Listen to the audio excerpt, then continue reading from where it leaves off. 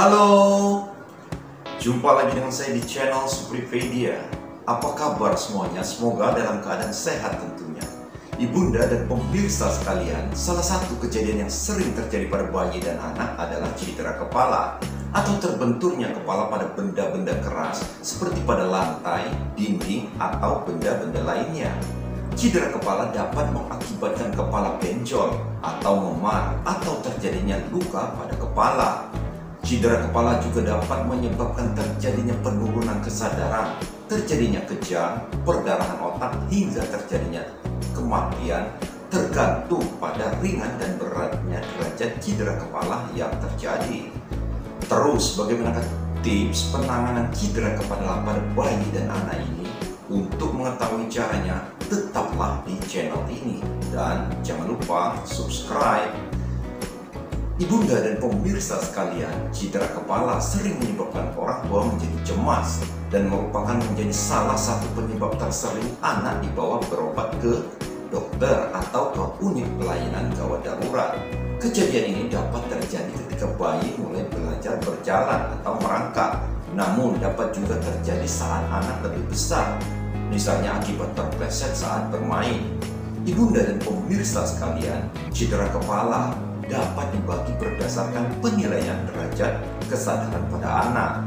Jadi dapat digolongkan sebagai cedera kepala ringan pada skor 13 sampai 15, kemudian digolongkan pada cedera kepala sedang pada skor 9 sampai 12, dan dapat digolongkan sebagai cedera kepala berat pada skor 3 sampai 8. Jadi makin rendah skor derajat kesadarannya, hal ini menunjukkan derajat cedera kepala itu semakin berat dan buruk prognosisnya. Selain berdasarkan skor penilaian derajat kesadaran pada anak, maka cedera kepala pada anak dapat juga dibagi berdasarkan umur, yaitu pada anak usia kurang dari 2 tahun dan anak di atas 2 tahun. Pembagian ini tentunya karena trauma pada anak kurang dari usia 2 tahun mempunyai sifat seperti pemeriksaan klinisnya itu lebih sulit. Kemudian kerusakan intrakranial umumnya tidak bergejala. Kemudian sering terjadi keretakan tulang kepala akibat trauma pada kepala yang ringan. Kemudian juga dapat terjadi kerusakan otak. Oleh karena itu, cedera kepala pada anak usia kurang dari 2 tahun dianjurkan untuk melakukan pemeriksaan CT scan kepala untuk memastikan ada tidaknya hal yang berbahaya, seperti misalnya adanya perdarahan dalam kepala atau perdarahan otak. Ibunda dan pemirsa sekalian, perlu diketahui bahwa risiko cedera kepala dapat dianggap rendah bila jatuhnya kepala tidak tinggi, kemudian tidak ada gejala gangguan syaraf setelahnya, dan dalam observasi 2 jam setelah kejadian tidak ada kelainan. Sedangkan risiko sedang bila kepala terbentur keras, kemudian adanya mual dan muntah berulang, kemudian terjadi gangguan penurunan kesadaran kurang dari 1 menit. Sedangkan gejala lainnya itu anak menjadi rewel dan lemas, kemudian adanya benjolan di kepala yang besar. Kemudian resiko cedera kepala dianggap tinggi atau berat bila didapatkan gangguan penurunan kesadaran, kemudian anak menjadi gelisah, kemudian adanya kelainan syaraf, kemudian juga didapatkan tulang tengkorak itu tampak tertekan ke dalam, kemudian dapat dijumpai ubun-ubun yang menonjol, kemudian juga ada yang muntah lebih dari 5 kali, serta adanya hilang kesadaran lebih dari 1 menit. Ibunda dan pemirsa sekalian, perlu dipahami bahwa tidak semua cedera kepala memerlukan pemeriksaan CT scan kepala. Jadi pada cedera kepala risiko rendah tidak memerlukan pemeriksaan CT scan kepala. Namun untuk cedera kepala risiko berat dianjurkan untuk pemeriksaan CT scan kepala. Tentunya ini telah melalui evaluasi yang dilakukan sebelumnya. Jadi bila didapatkan hematom atau benjolan yang besar di kepala, dianjurkan untuk melakukan pemeriksaan CT scan kepala. Ibunda dan pemirsa sekalian, hal yang tidak kalah penting untuk diketahui adalah tindakan pertolongan pertama pada saat bayi dan anak yang mengalami cedera kepala. Jadi tindakan yang dapat dilakukan antara lain yaitu melakukan kompres dingin, yaitu dengan melakukan kompres es pada kepala yang terbentur. Hal ini dengan menggunakan es batu yang dibungkus dengan kain atau handuk yang lembut. Jadi dilakukan kompres selama lebih dari 20 menit. Kompres ini dapat dilakukan setiap 3-4 jam sekali.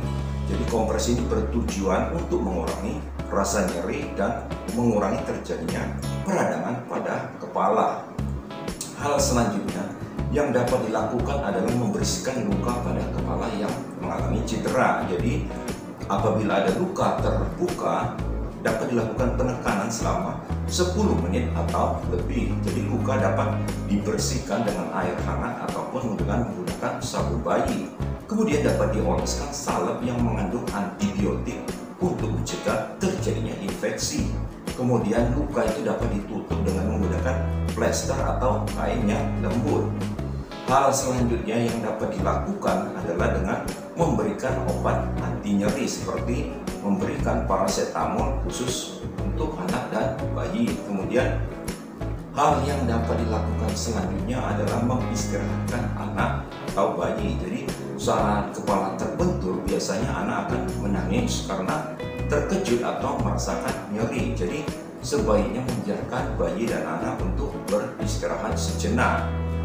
Kemudian yaitu memantau gejala tanda-tanda yang tidak biasa pada bayi setelah kepala terbentur. Misalnya adanya susah makan atau anak menjadi rewel, atau pada pemeriksaan yang lain terdapat tanda-tanda yang tidak biasa. Ibunda dan pemirsa sekalian, perlu dipahami bahwa pada dasarnya cedera kepala ringan tanpa gangguan kesadaran tidak memerlukan perawatan di rumah sakit. Namun apabila anak dalam pemantauan selama di rumah menunjukkan gejala-gejala yang mengkhawatirkan, maka pada pemantauan dapat dilakukan hingga sampai 48 jam dan anak harus dibawa ke rumah sakit bila didapatkan tanda-tanda seperti anak tertidur terus-menerus atau tidak sadar, kemudian anak seperti bingung atau gelisah, atau adanya kejang serta mengeluh kepala yang bertambah berat, kemudian adanya muntah berulang seperti keluar darah atau keluarnya darah dari hidung dan telinga, kemudian tampak ubun-ubun itu yang membonjol. Ibunda dan pemirsa sekalian, demikianlah tips penanganan cedera kepala pada anak pada kesempatan kali ini. Kiranya bermanfaat bagi ibunda dan pemirsa sekalian. Dan untuk kelanjutan program ini, jangan lupa subscribe dan like. Dan jika ada pertanyaan yang ingin ditanyakan, dapat diisi di kolom komentar. Sekian dan terima kasih serta salam sehat.